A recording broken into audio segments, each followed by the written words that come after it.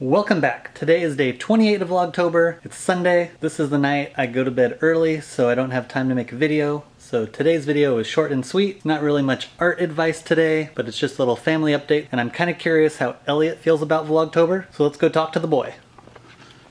So I have a very serious question for you. What? How do you feel about Vlogtober?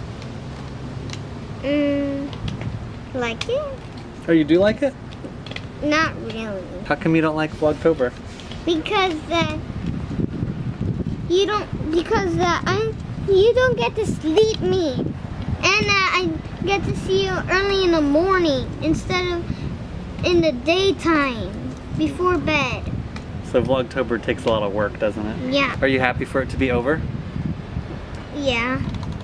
Do you know when it's over? Until after Halloween. Yeah, so only a few more days.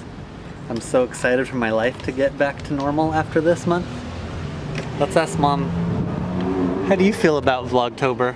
I don't have anything good to say about it. Okay. I don't even know what time it is. You're gonna be at 6 o'clock, right? Yeah, it's already 1 o'clock.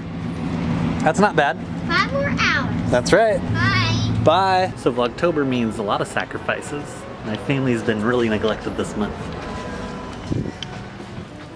And despite them not liking Vlogtober, they've been pretty supportive, which is super awesome. And I don't think I'll be able to do Vlogtober again. At least not while we have the store to run, because we're open about 62 hours a week and I can't really film or edit too much during business hours. So I've been doing all the Vlogtober stuff super late at night and going to bed around 3 a.m. So it'll be nice to cut back. Although it has been fun making videos, so maybe I'll try to do one a week. I'm not sure yet. Anyway, that is our Sunday update.